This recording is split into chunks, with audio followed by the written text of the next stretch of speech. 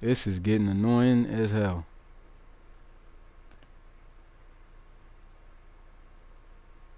PlayStation, man, come on. Stop playing with your boy, man. Gotta stop playing with your boy. Especially in the middle of the live stream. They dirty, man. They dirty out here. PlayStation, they just don't want a brother to succeed, man. What's going on? Like, what type beef y'all got with me, man? And I just checked my internet connection. Like, I literally just checked my internet connection, and it's 100%. You know what I mean? Maybe I just need to cut off my computer. That's what it is. Probably messing up the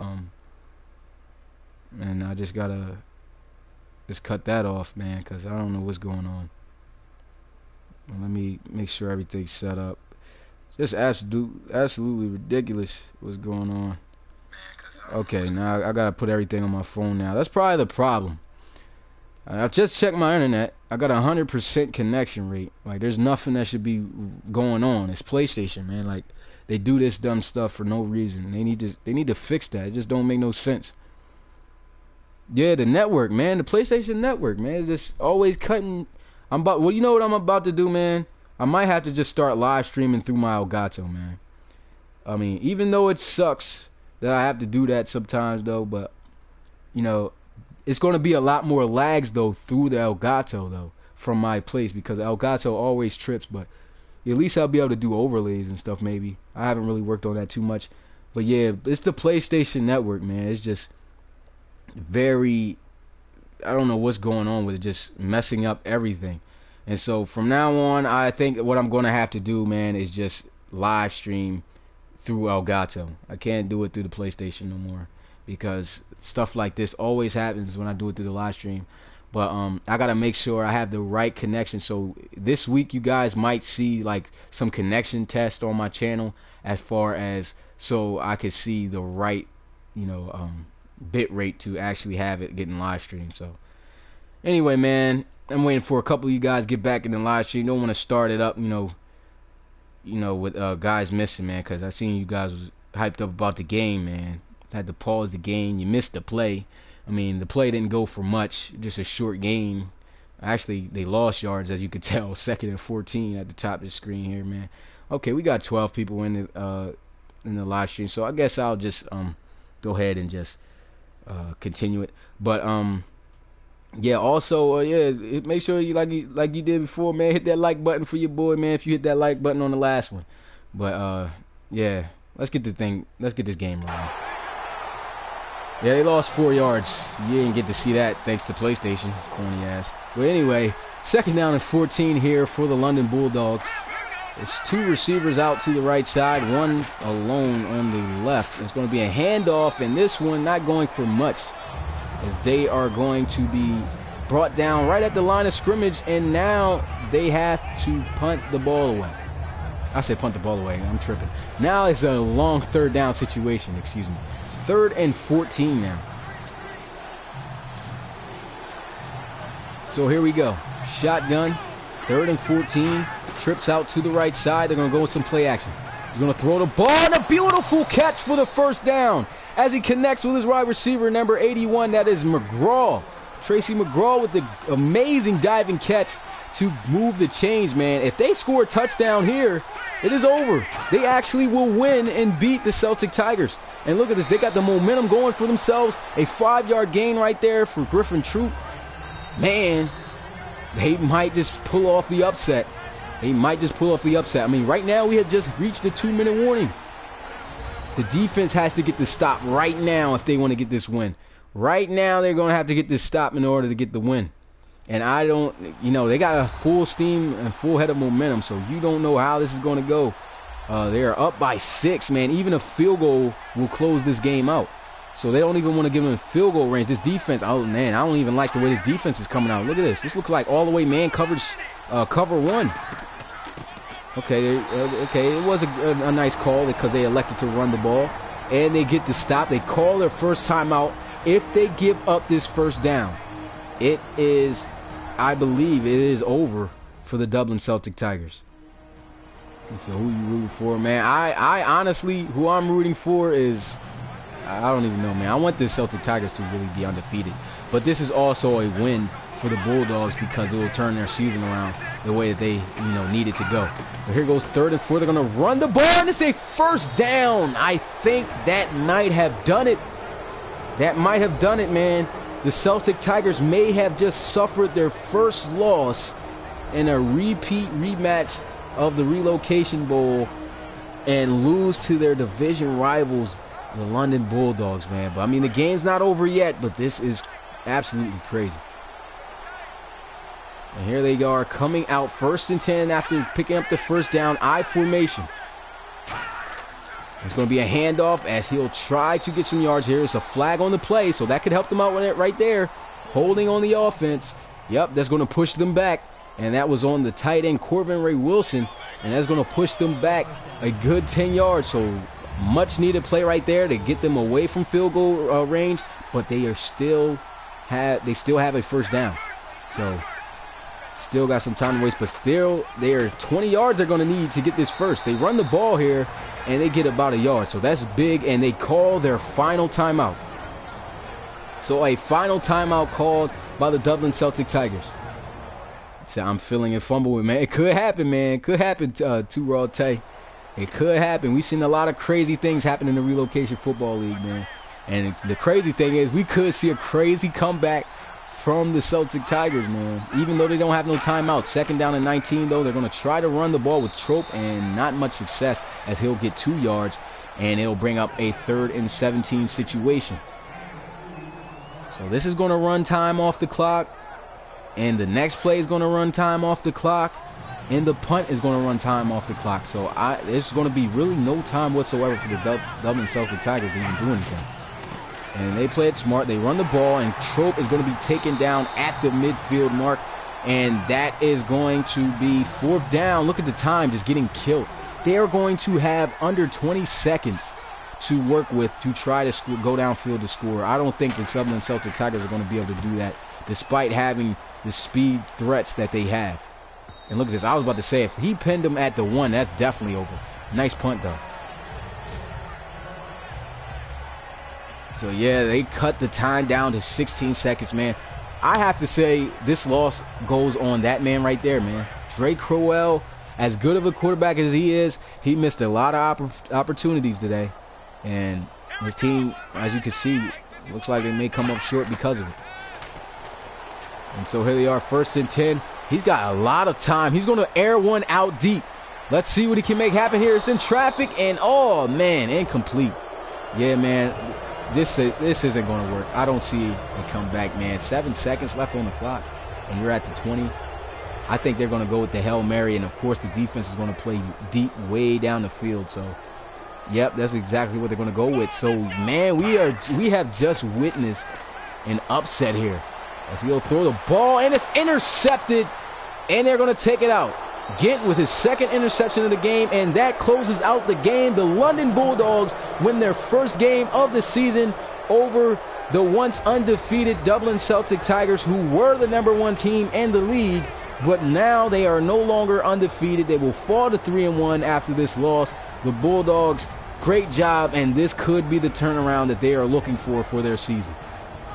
Absolutely crazy. It was a great game, man. It was an absolute great game to watch. The Celtic Tigers just could not, I'm not even going to blame it on the Celtic Tigers, man. The crazy thing is Drake Crowell.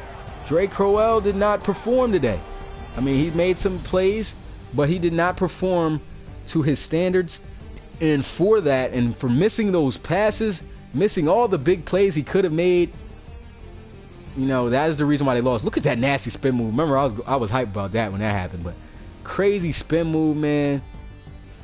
We thought they were going to win this game, but the Bulldogs said otherwise, and they were hungry this game. They needed their win. They needed to turn things around, and they made a big play, and they did just that. They got themselves a huge win today. Huge win. 24-18 over the Dublin Celtic Tigers. So, like I said, man, when you have a division game matchup, you are equally to lose, like, at any point. And this division game, just absolutely crazy. You say he choked in. Yeah, he choked in that game, man.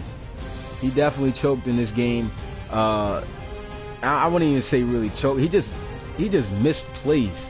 You know, it looked to me like he thought it was going to be easy and slight work, and he was just going to be able to drive down the field and win the game. But you know, it just didn't work out that way, and for that they come up short. But yeah, appreciate you guys. Yeah, it was definitely a good game. You said good momentum for the Bulldogs. Yes, excellent momentum for the Bulldogs, man. They needed this win. They would have been 0-4 if they didn't get it. So huge win right there. Yeah, this got to probably be the best rivalry in the league, especially since these two actually played against each other in the Relocation Championship Bowl. So yeah, this is a huge rivalry. The best I think we're going to see throughout the season. But now it's time to go within the breaks, within the players on how they performed in this game. I talked about Drake Crowell, man. He threw barely over 50% today, man. Like I said, he had 47 opportunities to throw the ball, completed 24 of them. He had a lot of more opportunities to connect, though.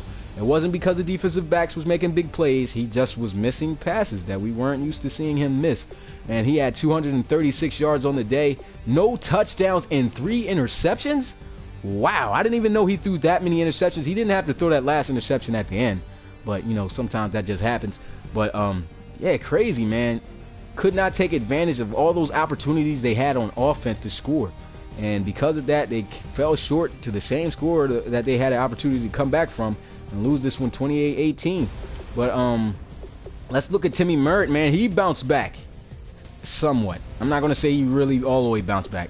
He was 33 for 22, 66%, not bad. 219 yards passing, but he didn't even throw a single touchdown today, and he threw an interception. So he has 2 touchdowns and 11 interceptions on the season. So he is, yeah, it's looking really ugly for him. And yeah, you're right, Prospect. It was an ugly game for Drake Crowell. A really ugly game. The game that I feel they should have won, man, if he just been able to connect with his receivers, man. And the crazy thing is, I think it was that missed, yeah, and on that missed touchdown that he had deep to Matt Nayani that he missed, and he overthrew him, and he completed the next deep pass, but he got tackled short. That one to Nayani would have went for a touchdown, and they would have actually took the lead. So yes, this was definitely on Drake Crowell it's definitely his fault on why they lost this game. 100%. I gotta say it's on him. Yeah, it's definitely his worst game. He said for now. Yeah, for now he might turn up next week. I don't see Drake Crowell having too many games like this, man. But when it's a division game, man, things get hot, things happen, you know. He said everything is awesome for Bulldogs. Where's he balled? Yeah, he balled out. Oh yeah, I got to talk about the running backs, man. And since we're looking at him here, Griffin Troop. He had himself 27 carries for 100 yards on the dot, 2 touchdowns on the day for him, man.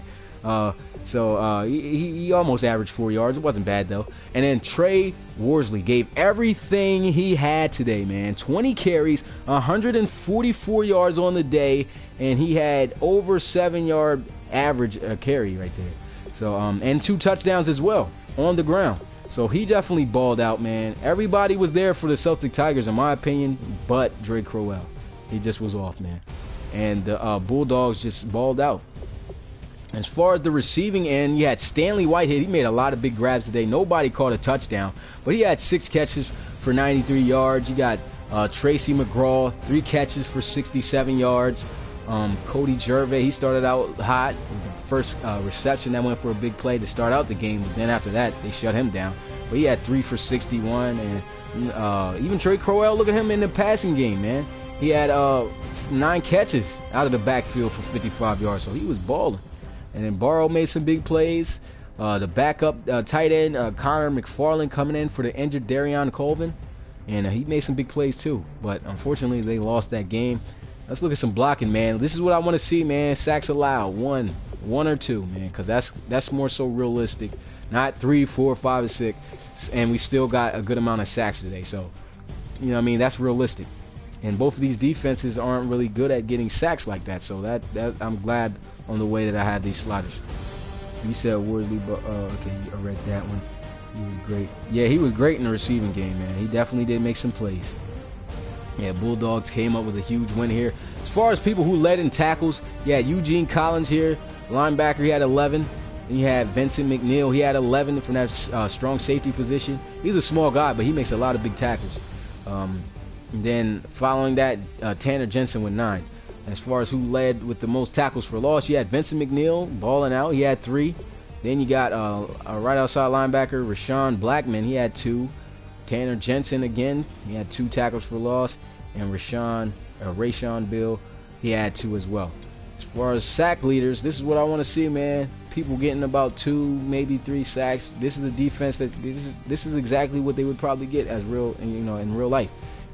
So I'm glad I did bump that pass protection up by 5. But Malik Yates, he made a lot of big plays today, man. 1.5 sacks on the day. You see, he got 1 sack from Roland Kaiser and 1 sack from Beal. As far as interceptions, man, Carlos Gant, he had 2 interceptions today, man. Bromell had an interception, and Levon Wilkins had himself an interception. Say, hey everybody, I will be giving away 5K coin cards at 6 p.m. on my channel. Okay, that's what's up, man. Not a Mutt fan, so I mean, I don't really like watching Mutt. I mean, the 5K coins don't really mean much to me. But I mean, if you guys in the comments are interested in big and little countries, 50K coin card, go ahead and check his channel out, man. Go try to get that, But yeah, as far as everything else, that is all to talk about as far as how the game went with the players. 50K, yeah, go ahead, check that out, man. 50K sound like a lot of coins. I don't know if that's, I think it's towards Mutt. Yeah, go ahead, check him out. Did I say something? I'm giving up. You giving up on the Celtic Tigers? I don't know, man. They're gonna bounce back. I mean, I knew this was gonna be a crazy game because it was a division game. So, this rivalry, you don't know who's gonna win, man. It's just a really good rivalry. Oh yeah, no problem, man. Appreciate the sub, man. I always show support to people in the comments who, try to get themselves out there. Yeah, appreciate you coming through though, big and little country. But yeah, as far as the games, there's one more live stream today. Of course, the Bulldogs and Celtic Tigers game are done. I'm looking at the calendar now. I did that game, and yeah, so I'm gonna release 2 other games for the relocation football for after this game, so you guys can watch that. And the next live stream, James Skaggs, man, his debut as head coach for the Columbus Aviators, taking on the Portland Riverhogs. It's going to be a tough game, man, especially since the Aviators are going to be away. So that is going to be crazy. So it's going to be you said Illuminati. Oh, you funny, Howard. Facts, he got all the 6s up there. I don't even like looking at that, but yeah, the Aviators and Riverhogs are the next live stream. That will be at 8 o'clock today, you guys. So make sure you guys come out for that. If you don't have the notifications on, man, hit that notification. You feel me? And come back and be turned with your boy again for another live stream. Oh yeah, appreciate you, Chris on, man. Really appreciate you coming through the live stream, man. I don't think I said what's up when you came through. Yeah. You said, what games are you releasing? As far as the games I'm releasing, I'm trying to see. It's going to be the Diablos versus the Celtic. Not the Celtic. Diablos versus the Crusaders, and the St. Louis Gunners versus the Brooklyn Barons. So that will be the games releasing after this game. Yeah, all right, my game user, appreciate you guys coming through. And since you guys are rolling out, man, might as well close out myself, man. Make sure you guys come out for that next live stream. Turn on the notifications, man. Hit that like button if you like the live stream and how everything went today. And I will see you guys then. All right, have a good day.